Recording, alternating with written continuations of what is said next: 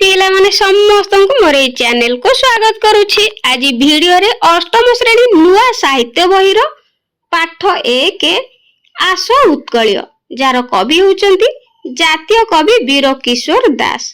ए सुंदर कविताटीर प्रश्नोत्तर गुड़िक आलोचना करिबा। आस कविता को भल भाबरे आवृत्ति करिबा, बुझिबा और उत्तर लेखिबा। मो बुझिबारे क निम्नलिखित प्रश्न गुड़िकर ठीक उत्तर पाखरे तारा चिन्ह दियो। तो पिला माने जेउ उत्तरटी ठीक ता पाखरे कोन करबा ना तारा चिन्ह देबा। तो देखो 1 नंबर ए देश जातिर पूर्व कथा एही पादरे थिबा पूर्व कथाटी रे केउ कथा प्रकाश करूची। तो पिला माने एटी पादरे अछि पदटी हबो हला। एही पदरे थिबा पूर्व कथाटी रे केउ कथा प्रकाश करूची। अतीतर गौरव कथा, ऐतिहासिक कथा, सृजनशील भाव, वैज्ञानिक चिंताधारा।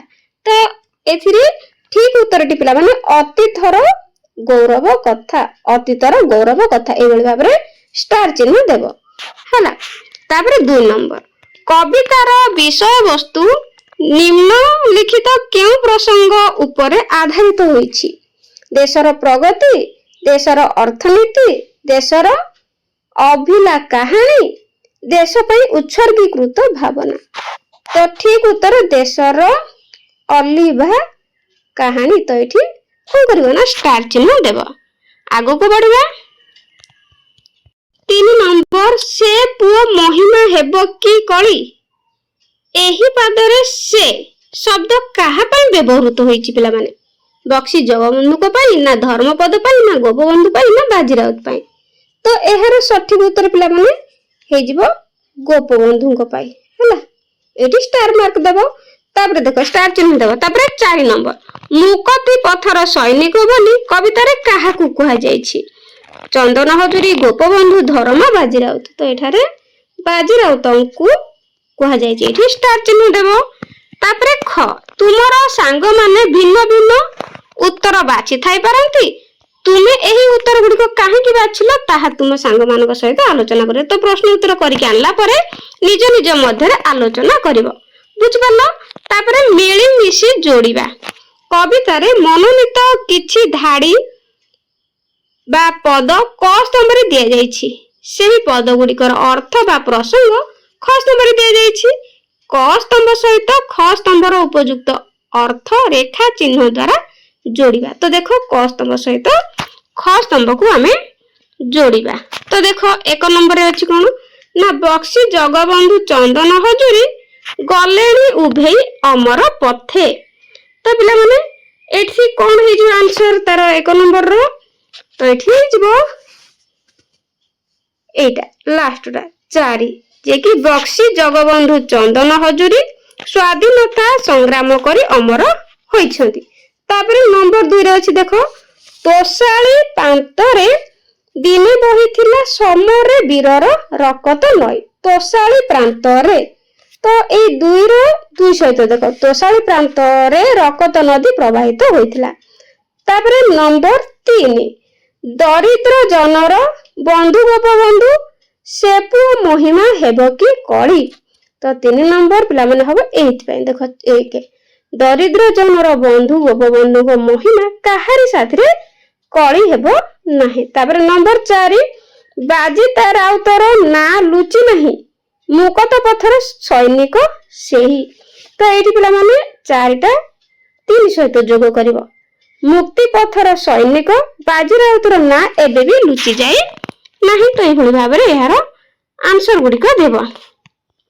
आगो बढ़िया पिला माने कवितार पद गुडी को आलोचना करिबा।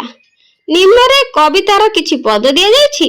से गुडी को भल्लो भाबरे पढिबा, चिंता करिबा, बुझिबा एवं सांग साथी मानक सहित बा सांग मानक सहित आलोचना करी लेखिबा। क पाइक पुअर गारिमा जाथिला स्वाधीनता जगे देला आहुति। से जाति दायाद आमे तो सरबे बोली हेबा अंगे सेही विभूति। तो एहार उत्तर करिबा। उत्तर उक्त पद्यांशटी आम पठित अष्टम श्रेणी साहित्य सुरभि पुस्तकर आस उत्कलिय पद्यरु आसी अछि। एही कविता रे जातीय कवि वीर किशोर दास उत्कलिय मानक पूर्व पुरुष मानकर पूर्व वीरत्व एवं गौरवर कथा ବା ବାର୍ତ୍ତା ପ୍ରଦାନ କରିଛନ୍ତି। ଦେଶର ସ୍ୱାଧୀନତା ସଂଗ୍ରାମ ରୂପକ ଯଜ୍ଞରେ ଉତ୍କଳର ପାଇକ ପୁଅ ନିଜର ସମସ୍ତ ସୁଖ ଭୋଗ ଏପରିକି ନିଜର ଜୀବନକୁ ଆହୁତି ଦେଇଥିଲା। ସେଭଳି ମହାନ ଓଡ଼ିଆ ଜାତିର ଦାୟାଦ ହେଉଛେ ଆମେ ଓଡ଼ିଶାବାସୀ। ସେହି ଜାତୀୟତା ରୂପକ ସ୍ୱଦେଶ ପ୍ରେମର ବିଭୂତିକୁ ଆମେ ଆମର ଅଙ୍ଗରେ ବୋଳିଦେବା, ଅର୍ଥାତ୍ ଦେଶାତ୍ମବୋଧ ଭାବଧାରାରେ ଉଦ୍ବୁଦ୍ଧ ହେବା ପାଇଁ କବି ଆହ୍ୱାନ ଜଣାଇଛନ୍ତି। ଆମ ପୂର୍ବପୁରୁଷ ମାନଙ୍କ ପରି ଆମେ ମଧ୍ୟ ବୀର, ନିର୍ଭୀକ ଏବଂ ସାହସୀ ହେବା ସହିତ ନିଜ ଜନ୍ମମାଟିର ସେବା ପାଇଁ ସଦା ତତ୍ପର ହେବା। ଖ ଶାନ୍ତି ମୈତ୍ରୀ ପ୍ରୀତି ପୂତବାଣୀ ହିଁ ସ୍ଫୁରୁଥିଲା ପ୍ରତି ଅନ୍ତର ଭରି। ଅହିଂସା ମନ୍ତ୍ରରେ ଦେଲା ଯେଉଁ ଦୀକ୍ଷା, କାହିଁ କେଉଁ ଦେଶ ହେବ ତା ସରି। ତ ଏହାର ଉତ୍ତର ଲେଖିବା। ଉକ୍ତ ପଦ୍ୟାଂଶଟି ଆମ ପଠିତ ଅଷ୍ଟମ ଶ୍ରେଣୀ ସାହିତ୍ୟ ସୁରଭି ପୁସ୍ତକର ଆସ ଉତ୍କଳୀୟ କବିତାରୁ ଆସିଅଛି। ଏଠାରେ କବି ବୀରକିଶୋର ଦାସ ଅହିଂସା ମନ୍ତ୍ରର ମହତ୍ୱ ବିଷୟରେ ବର୍ଣ୍ଣନା କରିଛନ୍ତି। ଏଠାରେ କବି ସତ୍ୟ, ନ୍ୟାୟ ଓ ଶାନ୍ତିର ମୂଲ୍ୟକୁ ଉପସ୍ଥାପନା କରିଛନ୍ତି। ସେ କହୁଛନ୍ତି ଯେ ଆମେ ସଦା ସତ୍ୟର ପଥରେ ଚାଲିବା ଉଚିତ ଓ ଅନ୍ୟାୟର ବିରୋଧରେ ଦୃଢ଼ ଭାବରେ ସ୍ୱର ଉତ୍ତୋଳନ କରିବା ଦରକାର। ମନୁଷ୍ୟର ଜୀବନରେ ସତ୍ୟ ଓ ଧର୍ମ ଅତ୍ୟନ୍ତ ଆବଶ୍ୟକ। ଯଦି ଆମେ ସତ୍ୟକୁ ଅନୁସରଣ କରିବା ତେବେ ସମାଜରେ ଶାନ୍ତି ଓ ସମୃଦ୍ଧି ରହିବ। ଏହା ଆମକୁ ଏକ ଭଲ ମଣିଷ ଭାବେ ଗଢ଼ି ତୋଳେ। ମହାତ୍ମା ଗାନ୍ଧୀଙ୍କର ଅହିଂସା ମନ୍ତ୍ର ସ୍ୱାଧୀନତା ସଂଗ୍ରାମକୁ ନୂତନ ମାର୍ଗ ପ୍ରଦର୍ଶନ କରିଥିଲା ଓ ଏହାକୁ ସଫଳ କରିଥିଲା। ଏଭଳି ମହାନ ବାର୍ତ୍ତା କେବଳ ଭାରତ ତଥା ମହାନ ଉତ୍କଳୀୟ ପରମ୍ପରାରେ ଦୃଷ୍ଟିଗୋଚର ହୋଇଥାଏ। ଗ ତ୍ୟାଗ ଆଦର୍ଶ ଜାତିର ମହତ୍ୱ, ଦେଶ ପାଇଁ ଦେଲା ନିଜକୁ ବଳି। ଦରିଦ୍ର ଜନର ଗୋପବନ୍ଧୁ ବନ୍ଧୁ ଗୋପବନ୍ଧୁ, ସେ ପୁଅ ମହିମା ହେବ କି କଳି। ଉତ୍ତର ଉକ୍ତ ପଦ୍ୟାଂଶଟି ଆମ ପଠିତ ଅଷ୍ଟମ ଶ୍ରେଣୀ ସାହିତ୍ୟ ସୁରଭି ପୁସ୍ତକର ଆସ ଉତ୍କଳୀୟ ପଦ୍ୟରୁ ଆସିଅଛି। ଏଠାରେ କବି ବୀରକିଶୋର ଦାସ ଦରିଦ୍ର ଜନର ବନ୍ଧୁ ଗୋପବନ୍ଧୁଙ୍କର ତ୍ୟାଗ ଆଦର୍ଶର ମହତ୍ୱ ପ୍ରତିପାଦନ କରିଛନ୍ତି। ଏ ଓଡ଼ିଶା ଭୂମି ବୀର ପ୍ରସବିନୀ। ଏହା ବକ୍ସି ଜଗବନ୍ଧୁ, ଚନ୍ଦନ ହଜୁରୀ, ଧର୍ମପଦ, ବାଜି ରାଉତ, ଗୋପବନ୍ଧୁ ଆଦି ମହାନ ପୁରୁଷ ମାନଙ୍କର ଜନ୍ମଭୂମି। ଏହି ମହାପୁରୁଷମାନେ ନିଜର ତ୍ୟାଗ ଆଦର୍ଶ, ଜାତୀୟତା ମନୋଭାବ ଓ ମହାନ କାର୍ଯ୍ୟକଳାପ ପାଇଁ ଜୀବନ ଉତ୍ସର୍ଗ କରି ଦେଇଛନ୍ତି। ଦରିଦ୍ର ଅସହାୟ ଦୀନ ଦୁଃଖୀ ମାନଙ୍କର ବନ୍ଧୁ ଗୋପବନ୍ଧୁଙ୍କର ମହିମାର କଳନା ନାହିଁ। ବୁଝି ବିଚାରି ଲେଖ। କବିତାକୁ ଭଲ ଭାବରେ ପଢ଼ି ନିମ୍ନରେ ଦିଆଯାଇଥିବା ପ୍ରଶ୍ନ ଗୁଡ଼ିକର ଉତ୍ତର ଲେଖ। କ ଏ ଦେଶ ଜାତିର ପୂର୍ବ କଥା, ଉକ୍ତ ଧାଡ଼ିରେ କେଉଁ ଦେଶ କଥା ଓ କେଉଁ ଜାତିର ପୂର୍ବ କଥା ସମ୍ପର୍କରେ କୁହାଯାଇଛି ଏବଂ କାହିଁକି? ଉତ୍ତର ଉପରୋକ୍ତ ଧାଡ଼ିରେ ଭାରତ ଦେଶ ଓ ଓଡ଼ିଆ ଜାତିର ପୂର୍ବ କଥା ସମ୍ପର୍କରେ କୁହାଯାଇଛି। କାରଣ ଏ ଜାତି ଏତେ ମହାନ, ଏହାର ସଂସ୍କୃତି, ପରମ୍ପରା, ଇତିହାସ ଏତେ ମହାନ, ଯାହାର ସ୍ମରଣ କଲେ ଆପେ ଆପେ ମଥା ନଇଁଯିବ। ଖ ବକ୍ସି ଜଗବନ୍ଧୁ ଓ ଚନ୍ଦନ ହଜୁରୀ କେଉଁ ପଥର ପଥିକ ଥିଲେ? ସେମାନେ କେଉଁ କାର୍ଯ୍ୟ ପାଇଁ ଅମର? ଉତ୍ତର ବକ୍ସି ଜଗବନ୍ଧୁ ଓ ଚନ୍ଦନ ହଜୁରୀ ଅମର, ଅମୃତ ପଥର ପଥିକ ଥିଲେ। ସେମାନେ ଦେଶ ମାତୃକାକୁ ପରାଧୀନତାର ଶୃଙ୍ଖଳରୁ ମୁକ୍ତ କରିବା ପାଇଁ ଦେଶର ପ୍ରଥମ ସ୍ୱାଧୀନତା ସଂଗ୍ରାମ ସିପାହୀ ବିଦ୍ରୋହରେ ଇଂରେଜ ମାନଙ୍କ ବିରୋଧରେ ଲଢ଼େଇ କରିଥିଲେ। ଗ ସେ ଜାତି ଦାୟାଦ ଆମେ ତ ସରବେ। ଉକ୍ତ ପଦରୁ ତୁମେ କଣ ବୁଝିଲ ଲେଖ। ଉତ୍ତର ଆମେ ସମସ୍ତେ ଉତ୍କଳୀୟ ଏ ମହାନ ଜାତିର ସନ୍ତାନ ଅଟୁ, ଯାହା ବକ୍ସି ଜଗବନ୍ଧୁ, ଚନ୍ଦନ ହଜୁରୀ, ଧର୍ମପଦ, ବାଜିରାଉତ ଓ ମହାତ୍ମା ଗାନ୍ଧୀ ଭଳି ବୀର ପୁରୁଷ ମାନଙ୍କର ଜନ୍ମଭୂମି ଓ ଲୀଳାଭୂମି। ଘ କବିତାରେ ଦେଶ ପ୍ରେମ ସମ୍ପର୍କରେ ଅନେକ କଥା ଉଲ୍ଲେଖ କରାଯାଇଛି। ତୁମେ ଦେଶ ପ୍ରେମ ସମ୍ପର୍କରେ ଯାହା ଜାଣିଲ ଲେଖ। ଉତ୍ତର ଦେଶ ପ୍ରେମ ମାନେ ନିଜ ଦେଶ ପ୍ରତି ଅପାର ଭଲ ପାଇବା, ସମ୍ମାନ ଓ ନିଷ୍ଠା। ଏହା ମାନବ ଜୀବନର ଗୋଟିଏ ଉତ୍ତମ ଗୁଣ, ଯାହା ଆମକୁ ଦେଶ ପାଇଁ କାମ କରିବାକୁ ପ୍ରେରିତ କରେ। ଦେଶ ପ୍ରେମ ଆମକୁ ନିଜ ସଂସ୍କୃତି, ପରମ୍ପରା ଓ ଭାଷାକୁ ସୁରକ୍ଷିତ ରଖିବାକୁ ଶିଖାଏ। ଏହା ଆମକୁ ସତ୍ୟବାନ, କର୍ତ୍ତବ୍ୟନିଷ୍ଠ ଓ ଦାୟିତ୍ୱଶୀଳ ନାଗରିକ ହେବାକୁ ପ୍ରେରଣା ଦିଏ। ଆମ ଦେଶର ମହାନ ସ୍ୱାଧୀନତା ସଂଗ୍ରାମୀ ମାନେ ଯେପରିକି ମହାତ୍ମା ଗାନ୍ଧୀ, ସୁଭାଷ ଚନ୍ଦ୍ର ବୋଷ ଓ ଭଗତ ସିଂ ଦେଶ ପ୍ରେମର ଉତ୍ତମ ଉଦାହରଣ। ସେମାନେ ନିଜ ଜୀବନକୁ ଦେଶ ପାଇଁ ବଳିଦାନ କରିଥିଲେ। ଆଜିର ଯୁବପିଢ଼ି ପାଇଁ ଦେଶ ପ୍ରେମ ଅତ୍ୟନ୍ତ ଆବଶ୍ୟକ। ଆମେ ଭଲ ଶିକ୍ଷା ଗ୍ରହଣ କରି ସତ୍ୟ ଓ ନୀତିରେ ଅତୁଟ ରହି ଦେଶର ଉନ୍ନତିରେ ଅଂଶଗ୍ରହଣ କରିପାରିବା। ଦେଶ ପ୍ରେମ ଆମକୁ ଏକତା, ସମ୍ମାନ ଓ ଉନ୍ନତିର ପଥରେ ଆଗକୁ ନେଇଯାଏ। ଏହା ପ୍ରତ୍ୟେକ ନାଗରିକଙ୍କ ହୃଦୟରେ ରହିବା ଉଚିତ। ଏହି କବିତାଟି ଏକ ଦେଶାତ୍ମବୋଧକ କବିତା, ଯାହା ଆମକୁ ଆମ ରାଜ୍ୟ ଓ ଦେଶକୁ ଭଲ ପାଇବାର ପାଇଁ ପ୍ରେରଣା ଜାଗ୍ରତ କରାଏ। ଏହି କବିତାଟି ତୁମକୁ କେଉଁ ପ୍ରେରଣା ପ୍ରଦାନ କରୁଛି ଲେଖ? ଉତ୍ତର, ଏହି କବିତାଟି ଆମକୁ ଆମ ପୂର୍ବପୁରୁଷ ମାନଙ୍କର ବୀରତ୍ୱ, ତ୍ୟାଗ, ଦେଶ ପାଇଁ ଆତ୍ମବଳିଦାନ ଭଳି ପ୍ରେରଣା ପ୍ରଦାନ କରୁଛି। ଅନୁମାନ ଓ କଳ୍ପନା। ତୁମେମାନେ ମିଳିମିଶି ଆଲୋଚନା କର ଏବଂ ଲେଖ। କ. ବକ୍ସି ଜଗବନ୍ଧୁ ପରି ହେବା ପାଇଁ ତୁମେ କଣ କରିବା ଉଚିତ? ବକ୍ସି ଜଗବନ୍ଧୁଙ୍କ ପରି ହେବା ପାଇଁ ମୁଁ ଅଦମ୍ୟ ସାହସ, ଶକ୍ତି ଓ ଉତ୍ସାହର ସହିତ ସବୁ ବାଧାବିଘ୍ନକୁ ଆଡ଼େଇ ଦେଇ ନିଜର ମାତୃଭୂମିର ସେବା କରିବା ପାଇଁ ଆଗେଇ ଯିବି। ଖ. ନିଜକୁ ପାଇକ ପୁଅ ଭାବି ଦେଶ ସେବା ପାଇଁ କଣ କରିପାରିବ? ନିଜକୁ ପାଇକ ପୁଅ ଭାବି ନିଜ ଶରୀରର ଶେଷ ରକ୍ତବିନ୍ଦୁ ଥିବା ଯାଏ ଦେଶ ମାତୃକାର ସେବା କରିବି। ଗ. କେଉଁ କାର୍ଯ୍ୟ ଜଣେ ବ୍ୟକ୍ତିକୁ ଅମର କରିଥାଏ? ଉତ୍ତର, ଭଲ କାର୍ଯ୍ୟ ଜଣେ ବ୍ୟକ୍ତିକୁ ଅମର କରିଥାଏ। ଘ. ଯଦି ତୁମେ ତୋଷାଳୀ ପ୍ରାନ୍ତରେ ଥାଆନ୍ତ, ତେବେ ସେହି ରକ୍ତ ନଦୀକୁ ଦେଖିବା ପରେ ତୁମ ମନରେ କେଉଁ ଭାବ ଜାଗ୍ରତ ହୋଇଥାନ୍ତା? ଉତ୍ତର, ଯଦି ମୁଁ ତୋଷାଳୀ ପ୍ରାନ୍ତରେ ଥାଆନ୍ତି, ତେବେ ସେହି ରକ୍ତ ନଦୀକୁ ଦେଖିବା ପରେ ଯେଉଁ ଭାବନା ସମ୍ରାଟ ଅଶୋକଙ୍କ ମନରେ ଆସିଥିଲା, ଖଣ୍ଡା ତରବାରୀର ଜୟ ପ୍ରକୃତ ଜୟ ନୁହେଁ, ହୃଦୟର ଜୟ ହିଁ ପ୍ରକୃତ ଜୟ, ଏହି ଭାବନା ମୋ ମନରେ ଜାଗ୍ରତ ହୋଇଥାନ୍ତା। ଯଦି ତୁମେ ସ୍ୱାଧୀନତା ସଂଗ୍ରାମୀ ହୋଇଥାନ୍ତ, ତେବେ ତୁମେ କେଉଁ କାର୍ଯ୍ୟ ପ୍ରତି ଅଧିକ ଗୁରୁତ୍ୱ ଦେଇଥାନ୍ତ? ଉତ୍ତର, ଯଦି ମୁଁ ସ୍ୱାଧୀନତା ସଂଗ୍ରାମୀ ହୋଇଥାନ୍ତି, ନିଜ ମାତୃଭୂମିକୁ ବିଦେଶୀ କବଳରୁ ଯଥାଶୀଘ୍ର ସ୍ୱାଧୀନ କରିବା ପାଇଁ ଚେଷ୍ଟା କରିଥାନ୍ତି। ଆଗକୁ ବଢିବା ପିଲାମାନେ। କବିତା ରଚନା। ଜାତି ପାଇଁ ଦିନେ ବାଳୁତ ଧରମା, ଝାସି ଥିଲା ପ୍ରାଣ ସାଗର ଜଳେ। ଲିଭିବ କି ତାର ଅଲିଭା କାହାଣୀ, ଥିବା ଯାଏ ନର ଧରଣୀ ତଳେ। ଏହି ପଦ୍ୟାଂଶର ଶେଷ ଶବ୍ଦକୁ ଧ୍ୟାନର ସହ ଦେଖ। ସାଗର ଜଳେ ଏବଂ ଧରଣୀ ତଳେରେ ଜଳେ ଓ ତଳେ ପଦର ବ୍ୟବହାର କରାଯାଇଛି। କଣ ପଦ ବ୍ୟବହାର କରାଯାଇଛି ନା ତଳେ, ଏଠି ଜଳେ ଆଉ ତଳେ। ତ ଏହି ଦୁଇ ପଦର ଶେଷ ଧ୍ୱନି କଣ ଏକା ଫଳି ନା ନାଇଁ? ଜଳେ ତଳେ। ତ ଦେଖ, ଜଳେ ତଳେ ଶେଷ ଧ୍ୱନି କଣ ଏକା ଭଳି ଶୁଭୁଛି। ତ ଏହି ବିଶେଷତାକୁ ଓଡ଼ିଆ ଭାଷାରେ ପୂର୍ଣ୍ଣ ମିତ୍ରାକ୍ଷର କୁହାଯାଏ। এই ଯୋଉ ବିଶେଷତାକୁ କଣ କୁହାଯାଏ ନା ପୂର୍ଣ୍ଣ ମିତ୍ରାକ୍ଷର। ଏବେ ତଳେ ଦିଆଯାଇଥିବା ପ୍ରଶ୍ନ ଗୁଡ଼ିକୁ ସାଙ୍ଗମାନଙ୍କ ସହ ଆଲୋଚନା କର ଓ ଲେଖ। ତାପରେ ଦେଇଛି କରେ କଣ ପ୍ରଶ୍ନ ଦେଇଛି, ପୂର୍ଣ୍ଣ ମିତ୍ରାକ୍ଷରକୁ ନେଇ କବିତା ଲେଖିଲେ କେଉଁ ବିଶେଷ ପ୍ରଭାବ ପଡିଥାଏ? ଉତ୍ତର, ପୂର୍ଣ୍ଣ ମିତ୍ରାକ୍ଷରକୁ ନେଇ କବିତା ଲେଖିଲେ ଯତିପାତ ଠିକ ହୋଇଥାଏ ଏବଂ କବିତାଟି ଶ୍ରୁତି ମଧୁର ଲାଗିବ। ଖ. କବିତାକୁ ପ୍ରଭାବଶାଳୀ କରିବା ପାଇଁ ଆଉ କେଉଁ କେଉଁ ଭାବ ପ୍ରୟୋଗ କରାଯାଇଛି?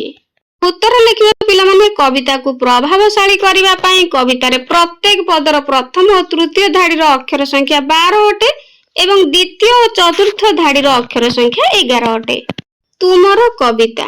ଆସ ଉତ୍କଳୀୟ କବିତାକୁ ତୁମେ ମାନେ ପଢିଲ। ନିମ୍ନରେ ଏହାର କିଛି ଅଂଶ ଦିଆଯାଇଛି, ତୁମେ ଚିନ୍ତା କରି ସେହି ଆଧାରରେ ଏକ କବିତା ଲେଖ। କବିତାଟି ହେଉଛି, ଆସ ଉତ୍କଳୀୟ ଶୁଣ ସର୍ବେ ମିଳି, ଏ ଦେଶ ଜାତିର ପୂର୍ବ କଥା, ସ୍ମରଣେ ଯାହାର ଗରବେ ତୋହର, ଆପେ ଆପେ ନଈ ପଡିବ ମଥା। ପିଲାମାନେ, ଆମେ ଗୋଟେ କବିତା ଲେଖିବା ମନରୁ ଏହି କବିତାଟିକୁ ପାଥେୟ କରି ତ ଏହାର ଉତ୍ତର କରିବ। ସର୍ବେ ମିଳିମିଶି ଆଗେଇ ଯିବାରେ ଉତ୍କଳ ମାତାର ସନ୍ତାନ ଆମେ, ମୁକ୍ତ ଆକାଶର ସ୍ୱାଧୀନ ବିହଙ୍ଗ, ନଥିବ ଜମାରୁ ଚିନ୍ତନ କାମେ। ଭାଷା ବିଚାର। କ. ଶବ୍ଦ ସହ ଶବ୍ଦ ଯୋଡ଼। ତୁମ ସାଙ୍ଗମାନଙ୍କ ସହ ମିଶି ଆଲୋଚନା କରି ତଳେ ଦିଆଯାଇଥିବା ଖାଲି ସ୍ଥାନରେ ଧରଣୀର ସମାର୍ଥ ବୋଧକ ଶବ୍ଦ ଗୁଡ଼ିକ ଲେଖ। ତ ପିଲାମାନେ, ଧରଣୀର ସମାର୍ଥ ବୋଧକ शब्द। तो प्रथम लिखिबा एठी पृथ्वी,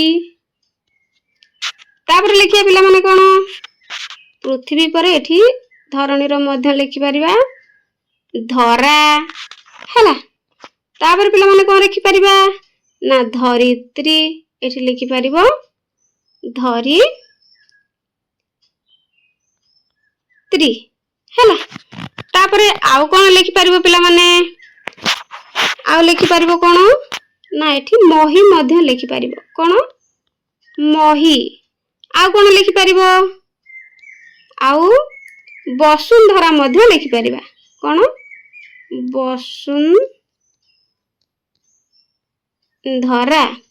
तो आउ कोन लिखि परिबा पिला माने ना हमें लिखि परिबा कोन अबनी कोन अबनी मध्य एठी लिखि परिबा। तो धरणी रो आउरी कोन समार्थबोधक शब्द होई परिबो धरणी रो होई परिबो कोन ना मेदिनी कोन पिला माने मेदिनी हैला। सेई भली आउ कोन हेई परिबो आउ हेई परिबो तो आउ एठी मते तुमे माने एठी आउ गोटे लिखि दउची कोन ना वसुधा मध्य हेई परिबो हैला वसुधा। तो आउ गोटे पिला माने मते कमेंट रे जणैबो हैला। तापरे आगु को जिबा खरे देखो निम्नलिखित शब्द गुडी करो गद्य रूप लेख। तो देखो जेपरी पूर्वर गद्य रूप होची कोन पूर्व। तो सेई भली गरबे कोन हबो गर्बे, सरबे सर्बे, रकत कोन हबो रक्त। तापरे आदरण आदर्श, आदरस अछि तेनु हबो आदर्श। तर्पण कोन हबो तर्पण बुझियला। तो एभली करिवो। तापरे देखो काल समय विचार। एक रे पाइक पुअर गारिमा जा थिला, दुई रे तोसाली प्रांत रे दिने बही थिला। तो ऊपर लिखित पद दुईटी अतीत कालर सूचना प्रदान करिथाय। तुमे माने एई पदांश को नै वर्तमान और भविष्यत काल रे परिणत करो। तो पिला माने एई दुईटी वाक्य कोन ना अतीत कालर सूचना प्रदान करू। एई दुईटी वाक्य अतीत काल रे अछि, से कहूची जे कोन करिया पय ना भविष्यत और वर्तमान काल रे प्रयोग करिया पय। तो देखो एटी अछि जेहेतु अतीत काल हम वर्तमान काल रे जदी प्रयोग करिबा लेखिबा कोन ना पाइक पुअर गारिमा जा अछि अछि एगला कोन जे पिला माने वर्तमान काल एटा हैला कोन लिखि दबो वर्तमान काल एमति लेखि कि हाइफेन दे देबो। तापर लिखि दबो पाइक पुअर गारिमा जा अछि एटा हे जिवो को काल ना वर्तमान काल। तापर पिला माने भविष्यत काल रे लेखिबा। से कहै जे वर्तमान भविष्यत काल लेखिया पय हम वर्तमान काल रे लेखिले तापर भविष्यत काल रे लेखिबा। तो भविष्यत काल रे कोन होबो एठी लिखि दबो फास्ट भविष्यत काल हैला। तो हाइफेन दे कि लिखि दबो भविष्यत काल रे पिला माने कोन होबो ना लिखिबो पाइक पुअर गारिमा जा थिबो हैला। एई भली भाबरे लिखि दबो। तापर पिला माने दुई रे देइची तोसाली प्रांत रे दिने बही थिला। तो यह को काल रे अछि अतीत काल रे अछि, वर्तमान और भविष्यत काल करिबा। तो वर्तमान काल करिबा प्रथमे वर्तमान काल हाइफेन दे दबो लिखि दबो कोन ना तोसाली प्रांत रे दिने बहु अछि हे गेले को काल हे जो ना वर्तमान काल हे जो। तो याको पुनी हमें भविष्यत काल करिबा। सेई वाक्य को लिखिबा को काल ना भविष्यत काल। तो देखो एठी कोन लिखिबा भविष्यत काल रे तोसाली प्रांत रे कोन दिने ଦିନେ ବହୁ ଥିବ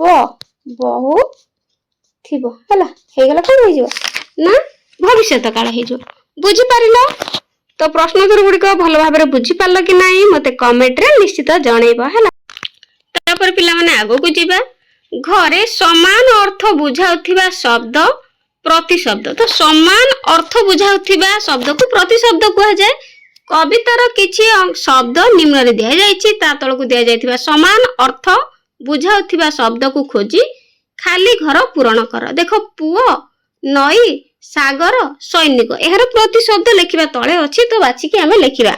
ଦେଖ ପୁଅର କଣ ହେଇଯିବ ନା ପୁତ, କଣ ହବ ପୁତ।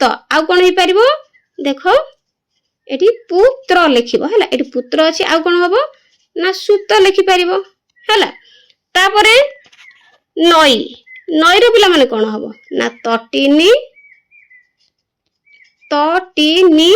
ଆଉ କଣ ହେଇପାରିବ ସ୍ରୋତସିନୀ।